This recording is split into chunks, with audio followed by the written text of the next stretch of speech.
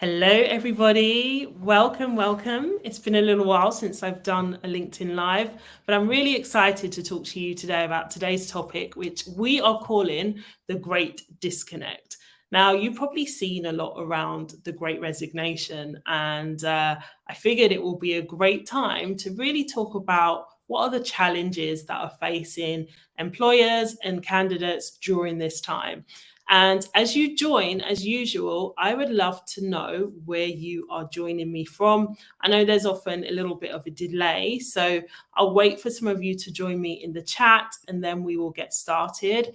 As always, this is going to be an interactive session, so please let me know where in the world are you joining from. And Stacey and I, who is going to be my special guest for today, we're going to be talking for approximately 20 to 25 minutes. So do make the most of this time. And what I'm going to do right now is welcome on Stacey, and then we'll just introduce ourselves and then we'll start the discussion. So Stacey, come on in to the chat and welcome. Hi, Stacey. How are you doing?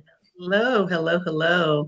I would say good morning because it's morning for me, but I know it's afternoon for you. So I love doing these sort of across the pond talks. Yeah, no, it's always really, really fun, isn't it? So welcome. I know, Stacey, you're on the West Coast.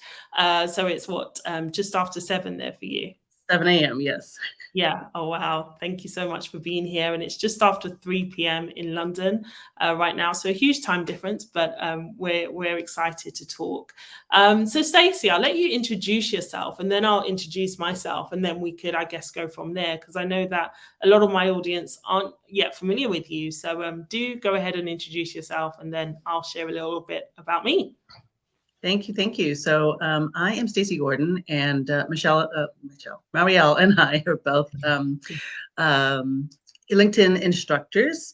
And I want to call you Michelle because you remind me of my auntie who is in London, and so it's like it's the whole thing going on in my brain. But lot to process, Michelle. Yeah, both in London. I get it.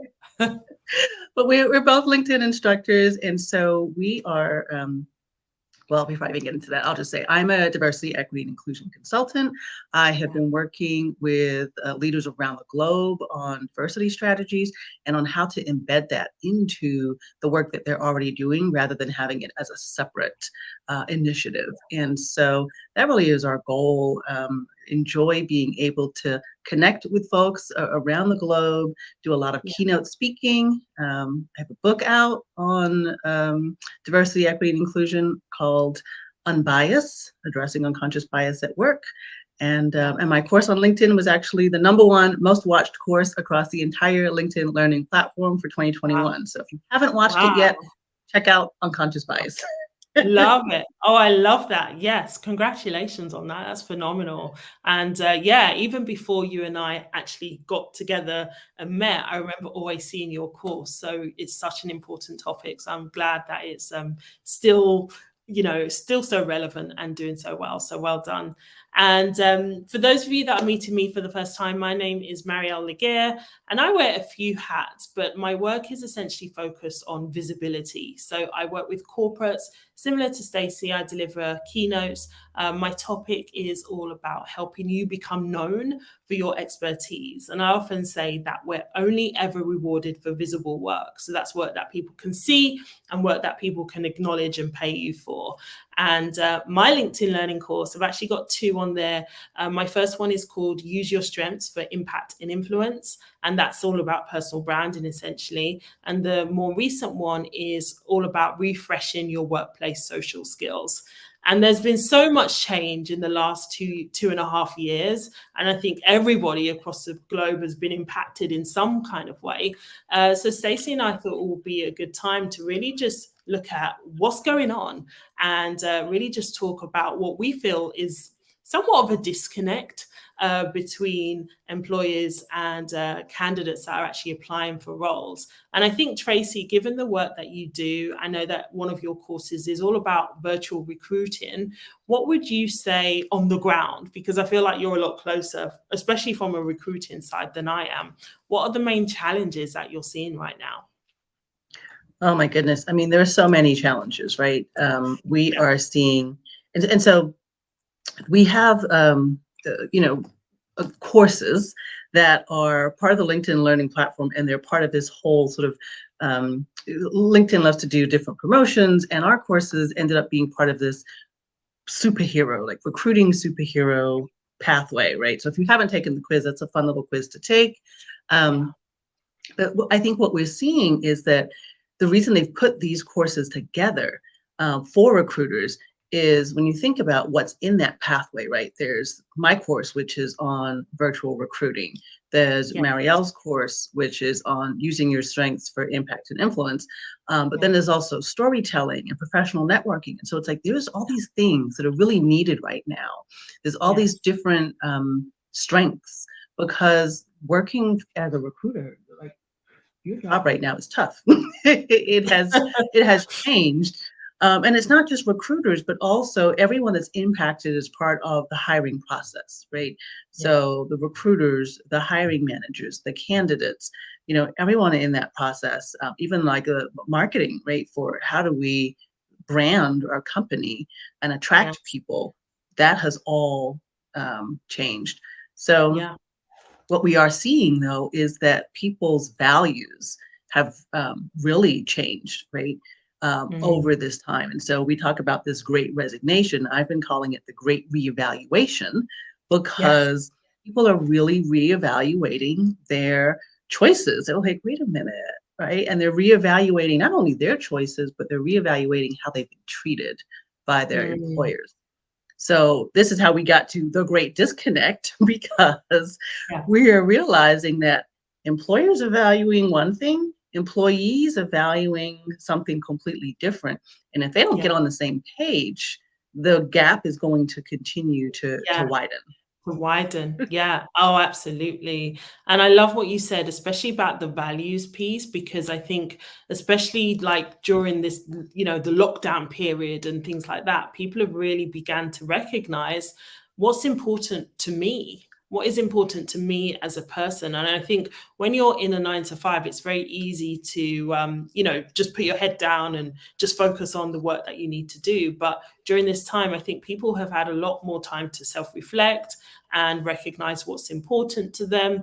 And companies that don't acknowledge people as being human and be empathetic to that, I think are going to lose long term, because I feel like the ones that are actually really treating people how they want to be treated and acknowledging what their desires are always going to come out on top. Do you feel like you're having a lot more conversations now around how to better support talent? We're definitely having more of these conversations, but honestly, not as many as I would like. The conversation I'm still having is really about trying to bring these two sides, right? And I also really hate that it's like this side versus that side. And I've always said Yeah. that. Even back when I worked as a recruiter, I was like, why is it like employer versus employee? It should be working together, right? You're working in an Yes. ecosystem for the good of the employee because they want a paycheck, but also for the good of the company. And those Mm. two things should not be at odds, right? No. We should be on the same side.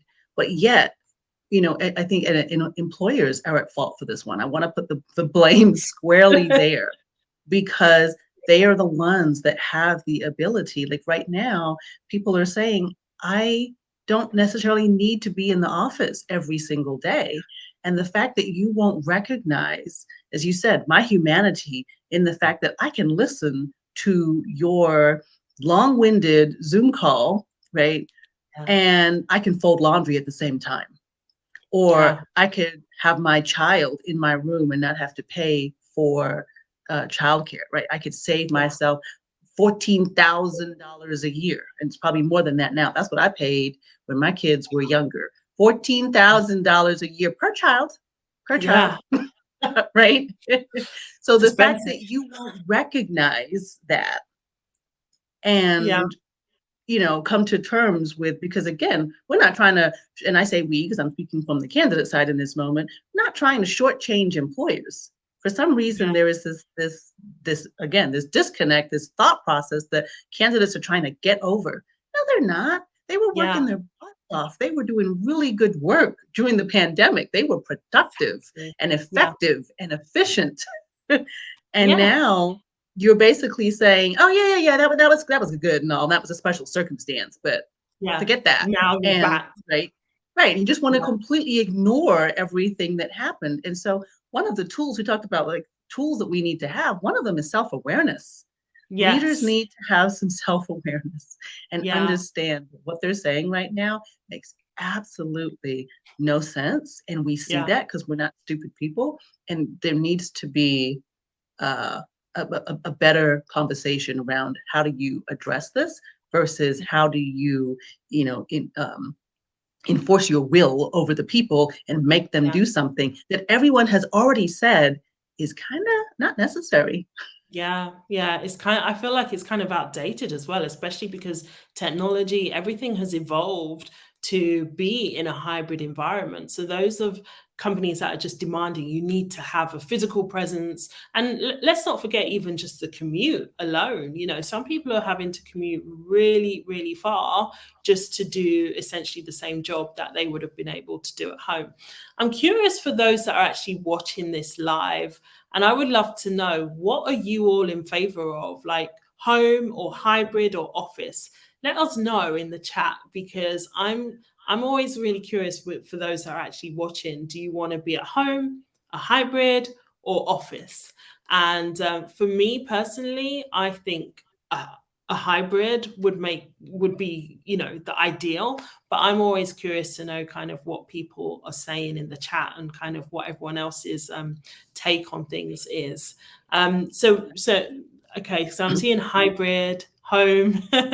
Is anyone pro office, like pure office? That's what I want to know. So Samira says home, Felicity hybrid, Marissa home for me, hybrid. I'm in favor of home, hybrid.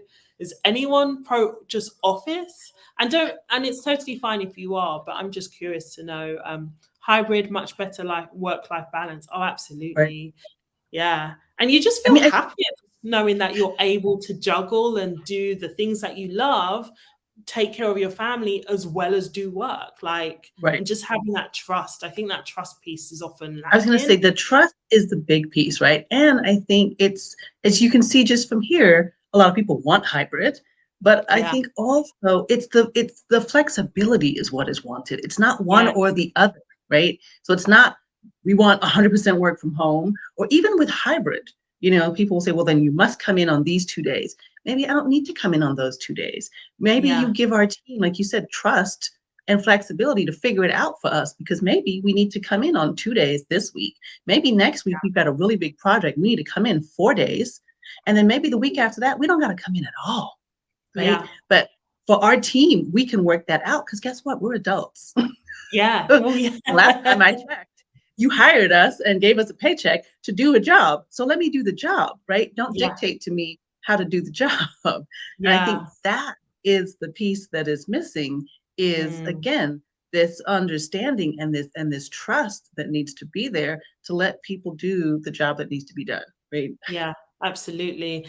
And I couldn't imagine myself being on the receiving end of somebody that says you need to be in the office with no real justification, just purely because they feel that I'm going to be like slacking off. And, like I can't imagine what sort of resentment that would create, just by being told that just because.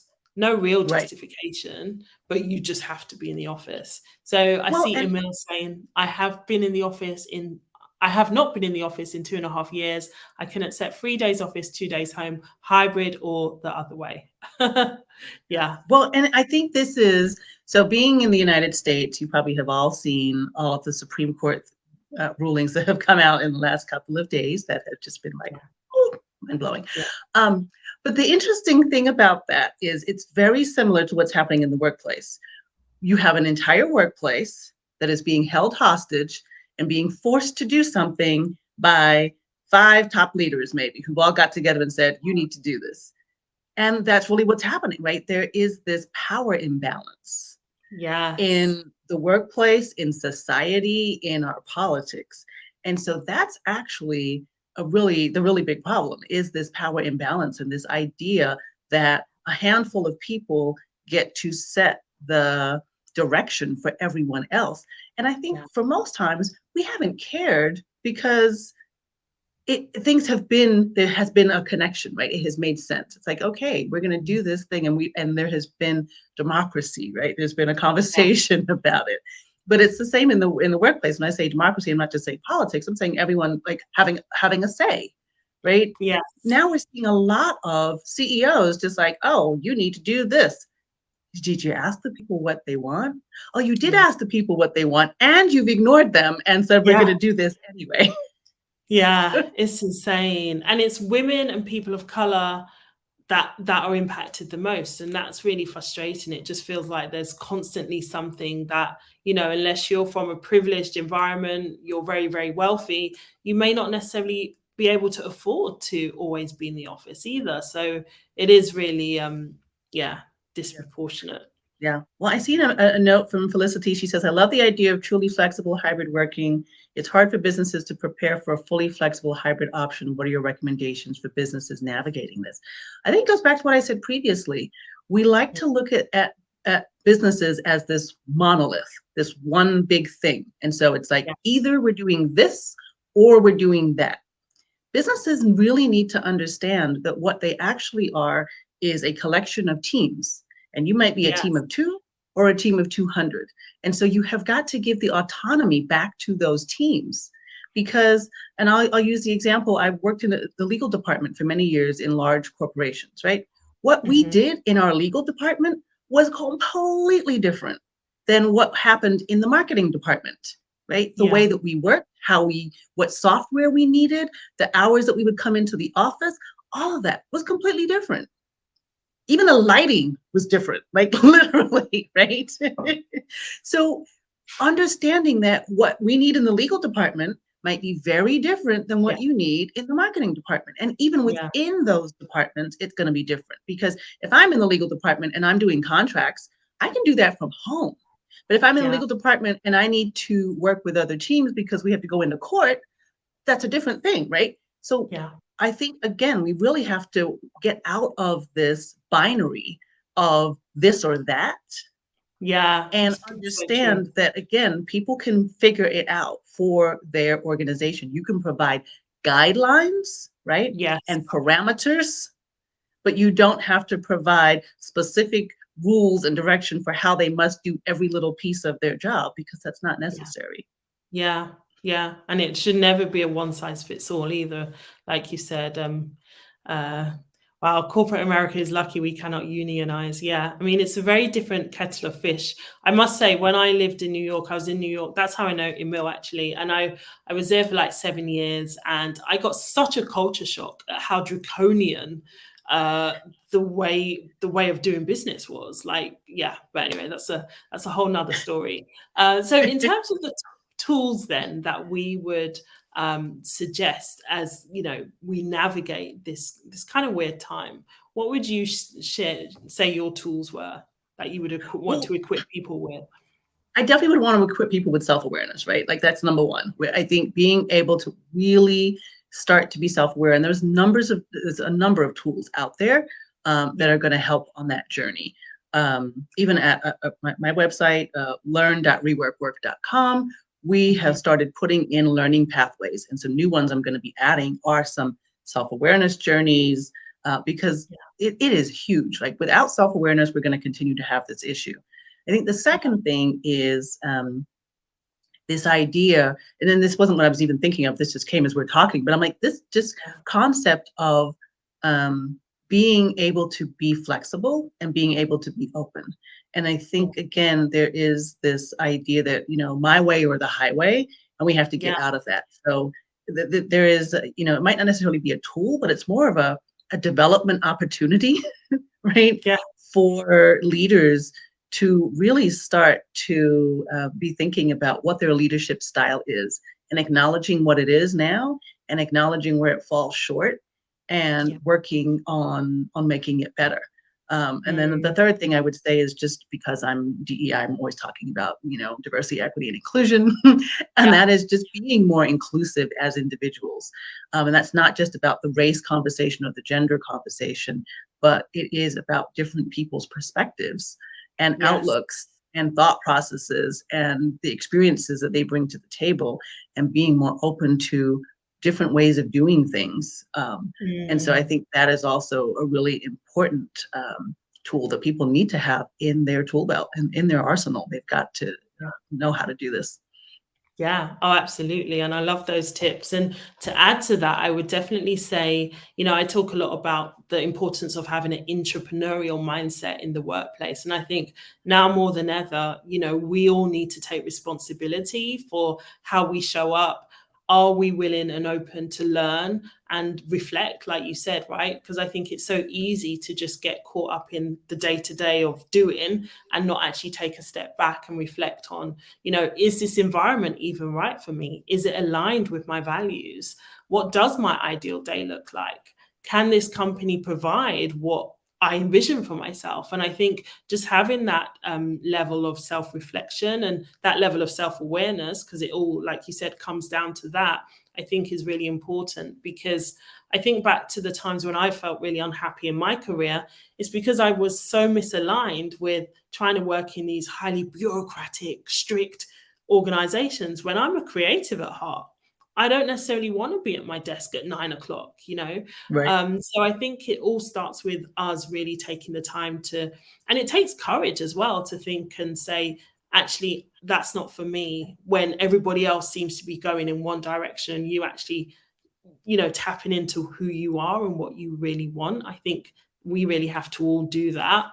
I also think we need to be leveraging LinkedIn a lot more effectively, especially if you're somebody that is wanting to move up the ladder or just wanting to build your network. You never want to have to do that just when you need to do it, right? I feel like it's something that we always need to be doing. We always need to be networking. We always need to be building our relationships. So I think that's essentially what I would add to those tools as well, Right. because Well, and I we think need so to stay ready. you definitely need to stay ready. And you talk about personal branding. And so I think the other side of this coin, right? We're talking, I was talking a lot about what employers need to do, but part of that is what you're saying is that the candidates themselves can, don't wait, right? This is why we've got the great resignation, because they've been like, okay, enough of this, I'm Yeah, out. But if you're going to do that, right? Personal branding, making sure that you know what you're bringing to the table, and yes, looking at courses like the ones that Marielle has. And actually, one of the reasons yeah, we're doing this is because our courses are free right now. I forgot to mention that yes, part, right? Like yeah, they are free to watch. So yeah. if you check on the LinkedIn Learning platform, if you haven't checked it out Yeah, yet, it's I could actually get I could get the linkedin.com/learning. links to our courses actually, because I could Yeah. probably, should I put those on the chat so that people could click directly Yeah, you can put into? them on the chat, see if it pops up. But if not, I always try to give people short URLs that they can remember. So if you go to Yeah, linkedin.com/learning, that'll take you to the whole learning library. And then you can search for either one of us and you'll be able to find our yeah, courses in there. Because she's yeah. got Let me, two, I've got six in there, I think, right now. So okay. Let me see if what happens when I do this. Is this a clickable link or no? no, it's not a clickable link. It just shows up Oh, as a, okay. yeah, yeah, Okay. All right. Let me yeah, I'll put it in the chat as well. And I think I've actually put it underneath this video. I did actually put the links underneath this video. So hopefully they could show up there.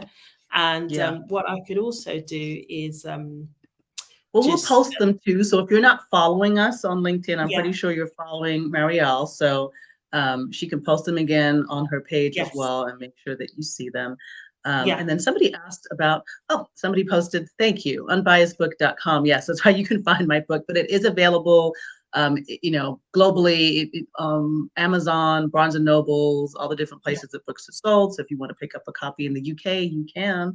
You want to pick up yeah. a copy in Love the that. US or anywhere else, you can. So please do. Yeah, love And I it. think there was another question that asked about the LinkedIn course. So one of the LinkedIn courses, as I said, I think it's 6 courses. One on unconscious bias. That was the one that was the most popular for 2021. I have one on Yeah, diversity recruiting, making a career change, resume writing, virtual recruiting, and then I have one on unconscious bias for leaders. oh, I love So that. So this link here, Tracy, the rework work.com/courses, will this take them to all of your courses? Yes, it will. So reworkwork.com/courses will take you to all of the courses. I just post the links on my website, make it easy for people to find them.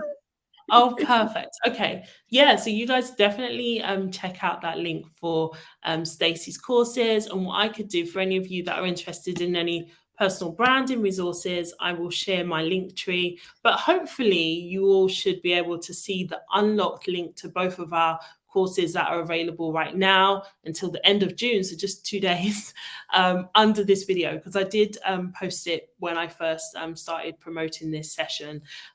So as we wrap this up, I just want to come back to you all that are watching now. And, do you have any questions on anything that we've shared? I think we've got like five more minutes. If there's any questions that you want to ask, Go definitely do let ahead. us know, and we'll be more than happy to answer any questions about virtual recruiting, personal branding, or anything that you please. So do let us know. And if not, if there is no questions, we could definitely wrap up. But I see that Sarah says the remote flexibility that I have allowed me to move back to the state I grew up in so I can be close to friends and family, which has really helped us when it comes to my two girls. Oh, I love that. And this is what it's about as well. It's like quality of life, whatever that means for you. Right. Emil, thank you so much for watching. I'm glad that you enjoyed the session. Yeah, I think a lot of it has to just do with the fact that, this understanding that we are in a place now where the pandemic accelerated things. So I Yes. just don't know that we would have gotten to this place of the ability to remote work in the way that we do now if it had not been for the pandemic. And so Yeah. there are a lot of people, they didn't have the opportunity to evolve, right? As Right. leaders, it was like, boom, this is happening. And that shook a lot of people up. And so it's going to take some time, I think, for some companies are going to get it, right? Some companies have already gotten it and they've gotten the memo and they said, okay, this is the way forward. Other Yeah. companies have not. And so that is where we are seeing that disconnect, and those companies are going to continue to falter and stumble and struggle to find good candidates Yeah. until they get with the program. Yeah. And I love that. And I think that's a great way to round up, get with the program, right? We're halfway through 2022 now. So it's like, it's time to get on board. Indeed, Time. indeed, that's true. Yep, end of June. Q2 Yeah. is over. Yeah, literally. So yeah, it's time. Well, thank you so much, Stacey, and to everybody that's joined us. I really hope that you got value from this session. And by all means, definitely check out our courses. Any questions that you have, feel free to just comment below and I'll come back to those. So thank you, everybody. And thank you, Stacey. We'll see you all soon. Bye, guys. Thank you. Bye-bye.